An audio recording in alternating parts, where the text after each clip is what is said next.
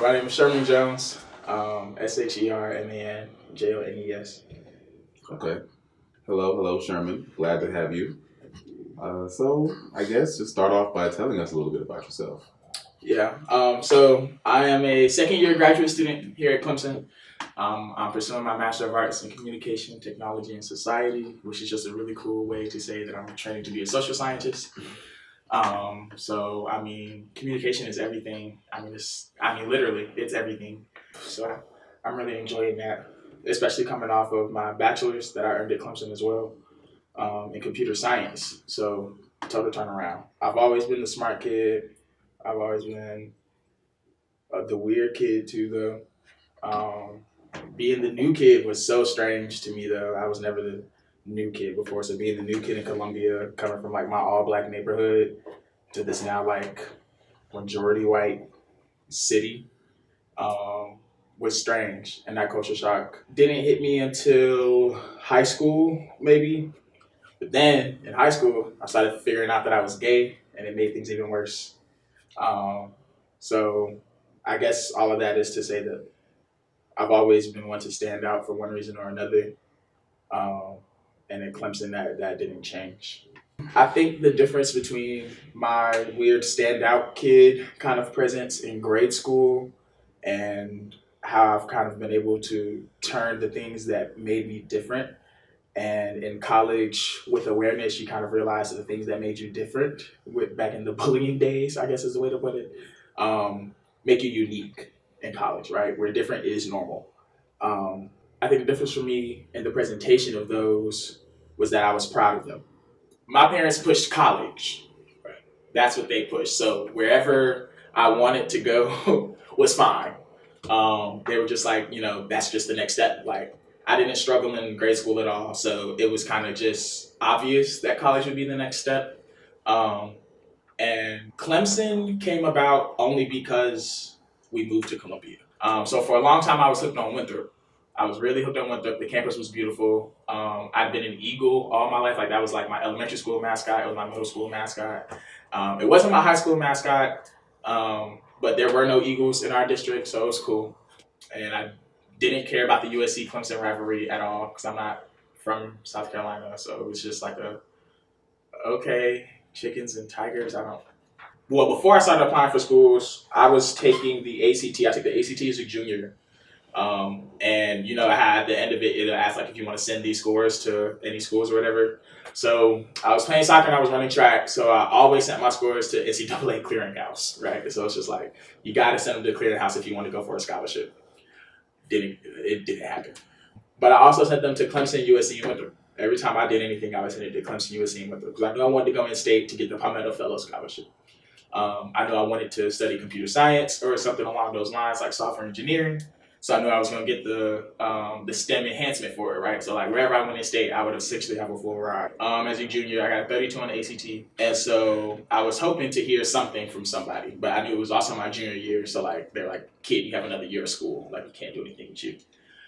Clemson said, bump that. And they sent me a letter of provisional acceptance. They said, if you stay on track throughout your senior year and you graduate on time, if you apply to Clemson, we'll waive the application fee and you'll automatically be accepted.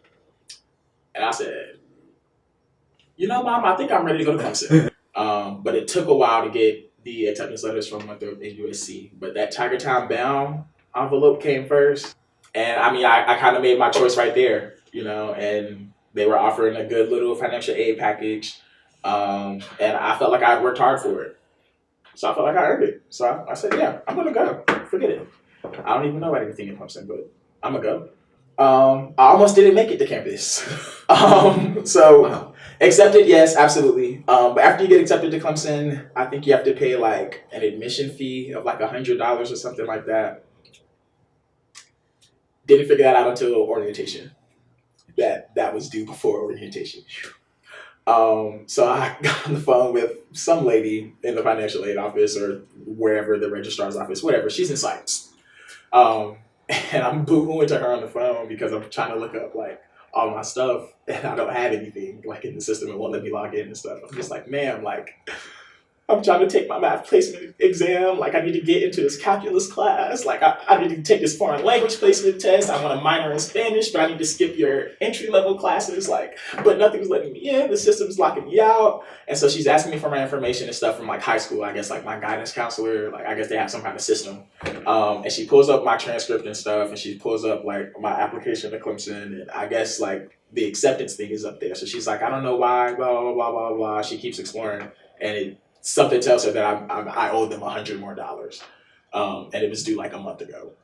And I guess she takes a second because I was like, listen, I guess my dad just forgot. I never got anything about an extra $100. You know, they waived my application fee. I thought that's what she was talking about. So I kept telling her like they waived it. She was like, no, this is something different, whatever.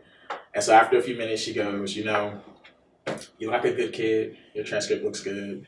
Your acceptance letter is obviously right here. I'm sure it's just a mistake.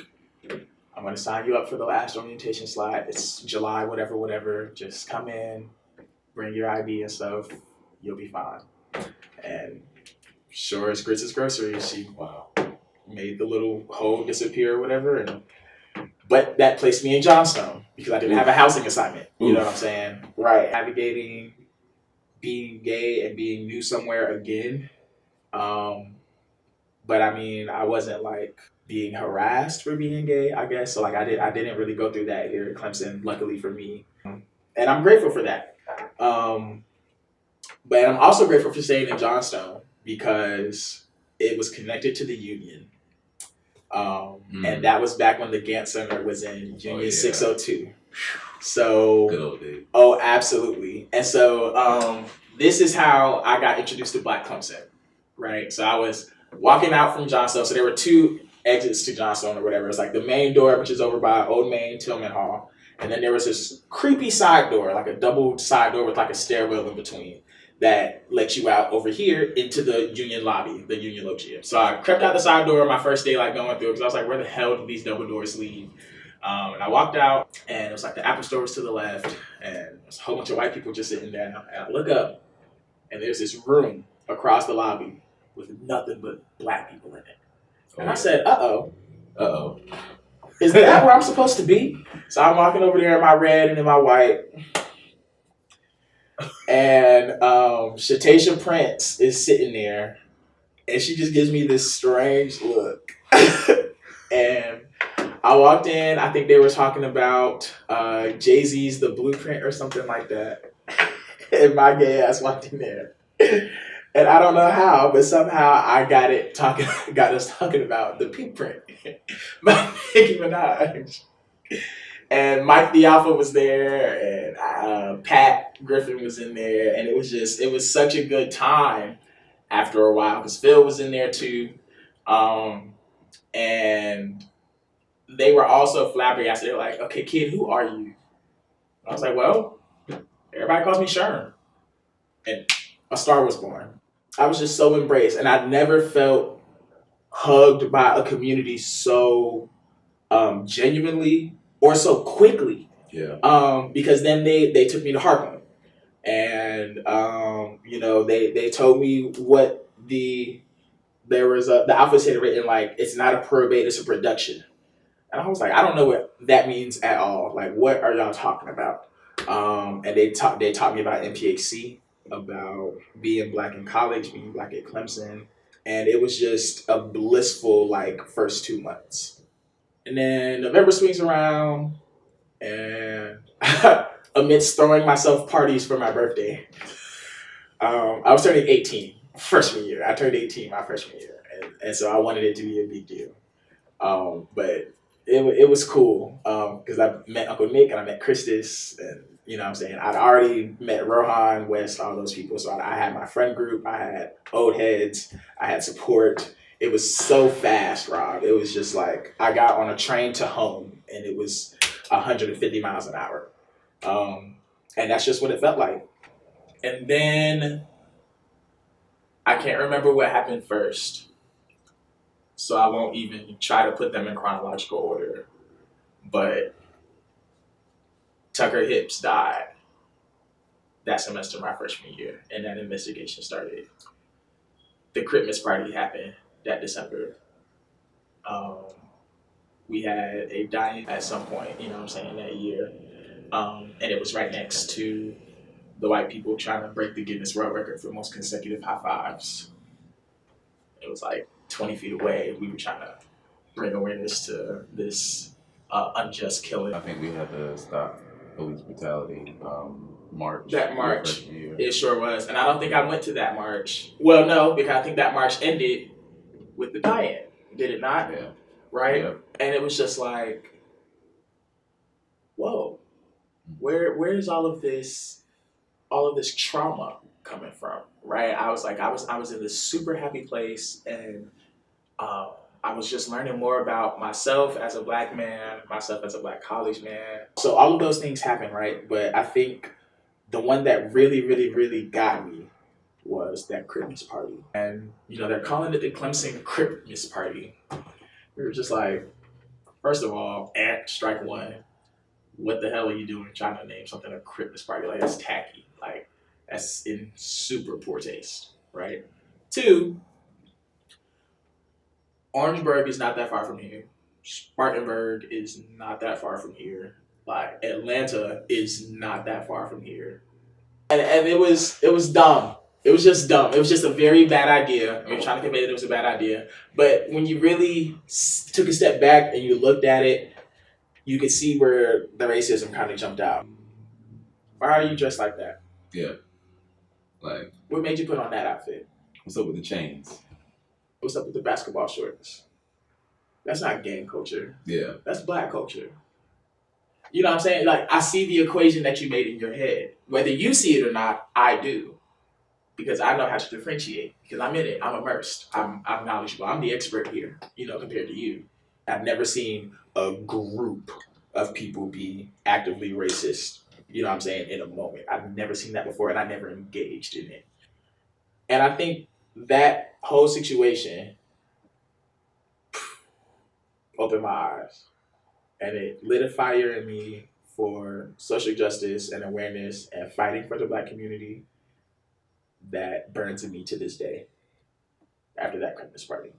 I mean, that's what my experience was like in a story, you know what I'm saying? Because it happened again in a smaller form later on when the KKK flyers that were being left, the KKK recruitment flyers that were being left on students' windshields, when those kids from the local high school rode around in their truck throwing cigarette butts with their Confederate flag at the kids at homes.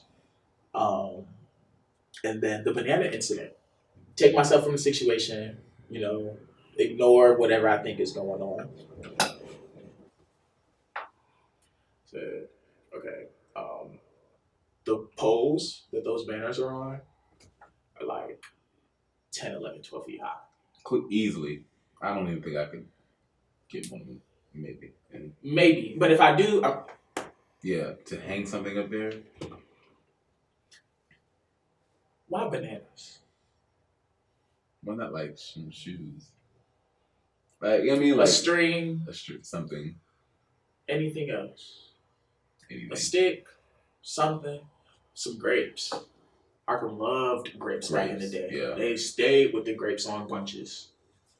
Why bananas? Why the African Americans at Fort Hill sign? Like, of all days to try to see if you can hit the pole. After what I would call like 6 months of peace, we finally calmed down from the Christmas party and some of the little stuff that had happened in 2015. That's like so little that I can't even remember, you know what I'm saying? But it was kind of over and done. Spring 16, they said. I think me and Kayla were sitting next to each other, you know what I'm saying, at some point and talking about that. And you're like, we need to do something. And I think then AD put a message in there and he actually said, like, you know what? Like, something has to happen though. Like, whether it's a march or not, we got to do something. And I think he started the group me. If he didn't start it, Kayla did. And there were the 10 of us who eventually would go on to use the next 2 days to plan the sit-in. Like, okay, we picked. Like, worst case scenario, somebody's going to get arrested. So who's okay with being arrested? And me and Catrice were like, sorry. I said, sorry. we have plans, and having an arrest is not in accordance with those plans. I'm still with the movement. I just can't get arrested. This is April, so you're finals are right around the corner. Fire, right, we're right here. We're right here. Exam 3 or 4, right? Yeah. Depending on your class, and then you have 2 weeks, and then it's finals.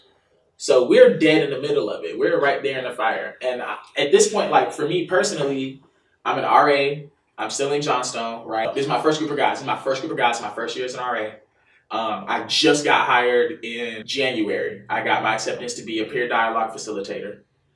So those are the people who are responsible for doing the community dialogues around social identities for incoming first year students. Part of that CU 1000 requirement. So we facilitate those dialogues, right? So all I've been talking about all semester is social identity, social justice, Black identity development, white identity development, whiteness as property, critical race. You know what I'm saying? All we're talking about are all these different identities and how they play into the social atmosphere or any kind of social environment, right? So my third eye is open, at this point, you know what I'm saying? But I'm also a tutor in the ASC at this point. I just got hired. I'm the first freshman in the history of the ASC, to be hired as a tutor. Yeah. You know what I'm saying? So I'm in my second, third semester of my tutoring job, but we just got a new boss, a new director of the Academic Success Center. And so I'm missing tutoring sessions. So unfortunately, I ended up missing some desk hours as an RA. Some of my guys were going through it that week, and I couldn't be there for them because I was on the steps. 2 of my guys that were next to me, I was just blessed. My first year as an RA, as a Black RA, I have my own room, and the 2 guys next door just happened to be Black guys too, and they were both from Columbia. So of course I had a strong relationship with them, as their resident assistant. They came out there to check on me because they were like, "We haven't seen you in a few days." That role reversal kind of put things in perspective for me. I was giving my life to that. I broke up with my boyfriend over science. You know what I'm saying? I was out there for a week sleeping on some stairs. I didn't go back to my bed until Kayla, Raynisha, and Sadie, I think, walked up and told me, they said, "Sherman, you haven't slept in a bed in a week. Go to your room." I gave so much of my own energy, effort, and my life into making sure the psych sit-in was a thing. I came out stronger for sure. But it hurt in a lot of different ways because we received death threats while we were out there. I got my first death threat because of psych sit-in. I was talking to my mom on the phone maybe a few days into it because she had seen it on the news in Columbia, but she didn't see me. Hallelujah, because I think she would have had an aneurysm if she would have seen me on that screen. But she called to see if I knew what was going on, and I told her on the phone. I said, "Yeah, Mom, I helped plan it. I'm helping run it." And so our talks about transferring ensued because my mom wanted me to go to an HBCU. She was like, she went to Central. She said, you've never had, a Black community hug you like a blanket where it's just nice and warm and you feel safe. And I'm sorry for that. I'm sorry I wasn't able to provide that for you, but I know you have the grades, and you know that you do too. I think you should transfer some. And she made me promise to look into it, so I did. I looked into Hampton, I looked into Howard, because I had friends from high school that were there, and I knew that I could, get in and get plugged in quickly. I looked at Claflin for a little while. I didn't know too many people at Claflin, but it was CU, it was still in state. I was hoping I could get some scholarships, transfer to financial aid. But after you go through something like that and you put so much dedication in life into something that huge, even after suspending it on the 9th day because of the inaction, right? It's bro, we've been out here a week and a half, y'all still have done nothing. I'm going to be here, and I have the energy, and I don't have anything else to do because I know that I'm going to get my degree because I'm like that. I've always been like that with school. And I know I'm going to keep these jobs because I like money, so it's fine, but I will do the work for the rest of my Clemson career to make sure that this never stops because we put way too much energy into it to just let it go. I feel like I was like a total sham. I did all that work, did all that preaching, from freshman year. You know what I'm saying? Because the Christmas party was my start.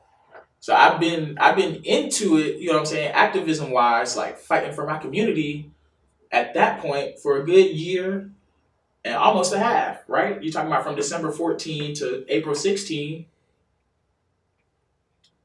Imagine transferring and, I didn't come back in August 16 after doing all of that. Being in the news, being on all those articles, talking to all those people. That dude said he would come up to us with a gun and defusing that situation. You know what I'm saying? That was me right there on the stairs that night. When that dude walked up in his cowboy boots and cowboy hat, drunk as hell. That was me. All them people rolled by throwing shit. I was right there. You know what I'm saying? But I was too involved. I was too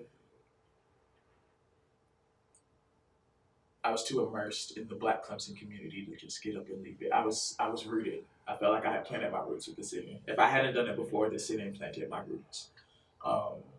And I realized that. I mean, just between being involved with CBSU, trying to support everything every NPHC organization did. I tried to be at everybody's everything for years. Being in peer saved my computer science career once I realized that I didn't love it anymore.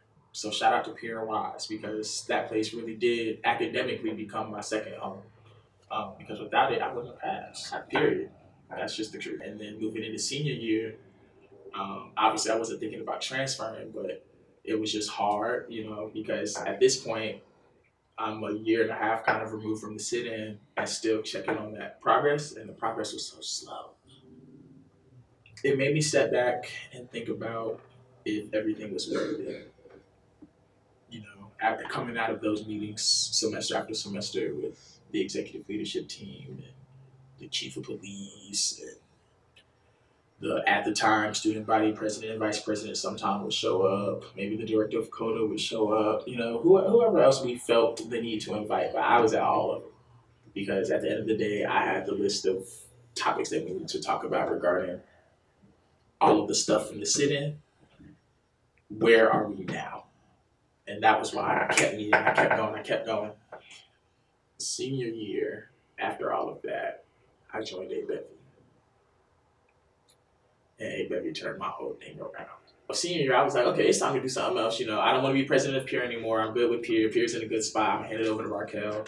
I'm not really in CBSU like that anymore, but it's cool. It's whatever. But I want to do something fun my senior year. You know what I'm saying? So I tried out for the club volleyball team, and I made the team, and club volleyball is fun. But that is its own world, its own space, and that's just to keep me in shape. Organizationally, I want to do something Black. I want to do something Black and fun. My best friend was in ABEV. Caleb was already in ABEV. And Vanessa would not shut up about how cool it was. You know what I'm saying? And so I was like, you know what, forget it. We walk into the first day of membership week, and it's me, I'm in there, you're in there, Rolanda's in there, you know what I'm saying? Braxton is in there, he's in the back. And then the freshmen that were in there that we didn't really know, over the course of the week, we figured out they were pretty cool. As the week went on, we kind of figured out that, okay, this 25, we're going to come through. Oh yeah, this is our shit. This is our org. Organizationally, that spring 18 semester where you was community director, I was president, Vanessa was vice president, and, we had everybody in the right position. And I know those meetings were long, and I will never forget that Super Bowl meeting we had. I can't believe I forgot to move the meeting, the exec board meeting, because of the Super Bowl. We had 7 KDFs that we tried to do in halftime.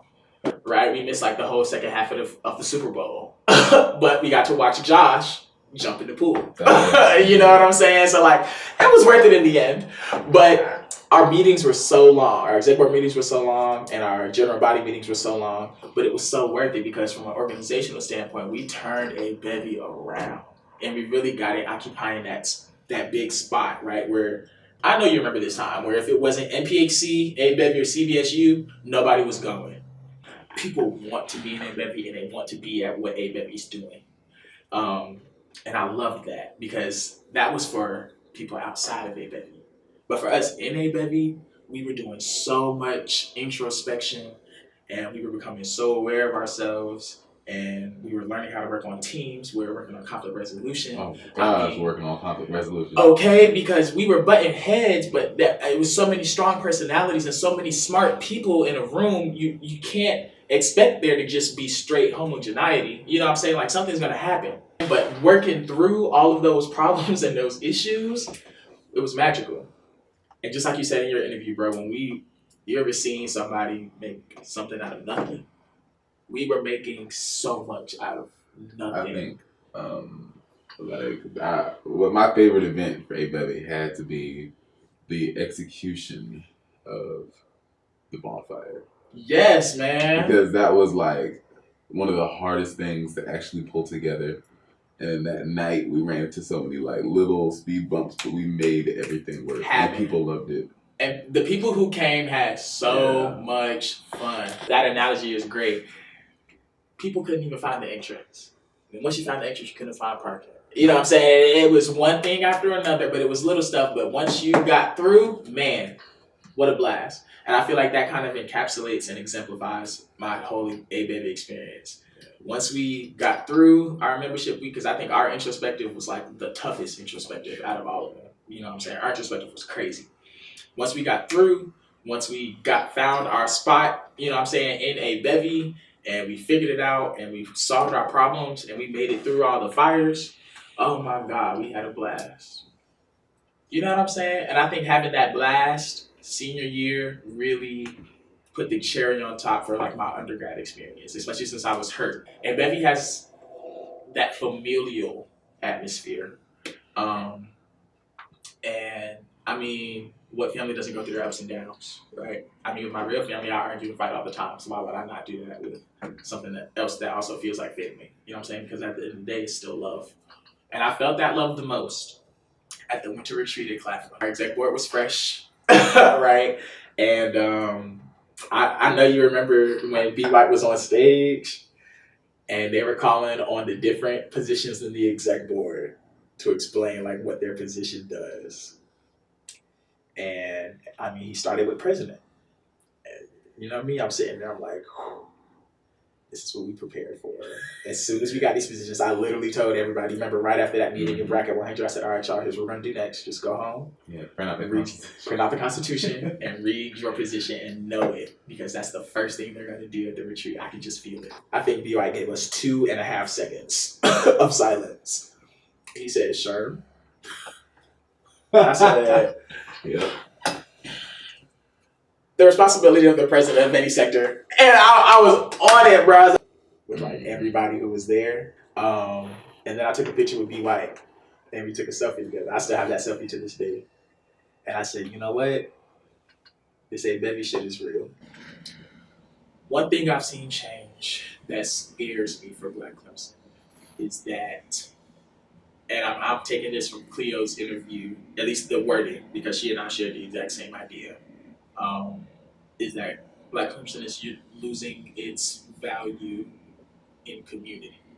I think that the new generation of Black Clemson that has just arrived, and then those that are coming after them, it's looking like they are more interested in small cliques and friend groups than they are in bringing small cliques and friend groups together to create one big community.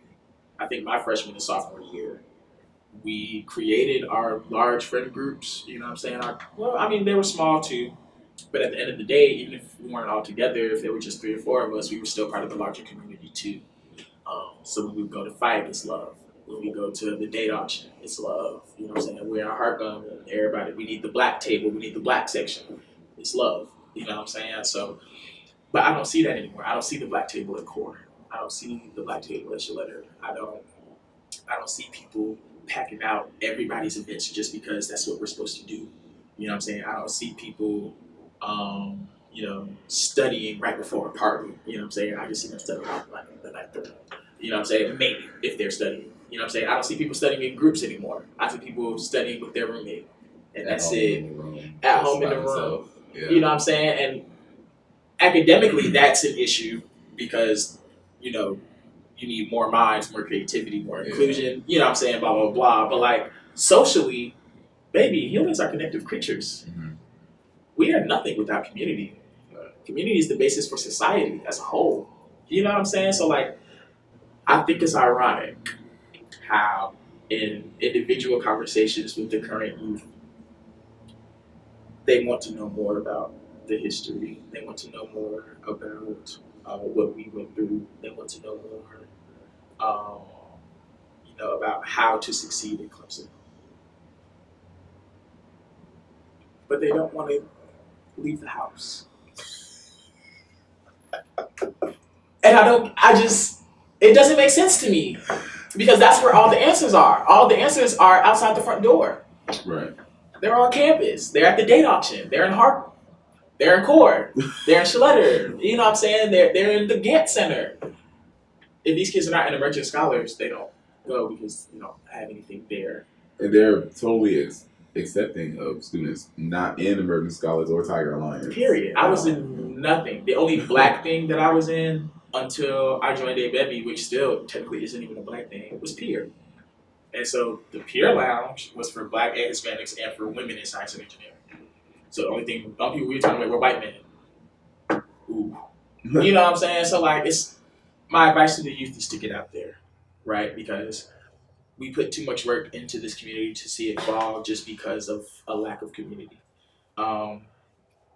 It's okay for the black community to be docile, I guess is the best way to put it, because they're not angry about anything, which in my mind is bittersweet because I feel like me being angry is what fueled the change that we inspired. And Kayla will tell you that off rip. She was straight angry. You know what I'm saying? That's the only reason. That was the fuel. But it's sweet at the same time because in my mind, that's it. That means you don't have anything to be angry about. That means what we were doing was working. The disrespect and the racism is not as blatant anymore. You're right. And Dr. Gill, who's in charge of inclusion and equity, he'll tell you. Chris Miller, who's now the vice president of student affairs, shout out to him, they'll tell you that's a direct result of the sit-in. And they've said that to my face.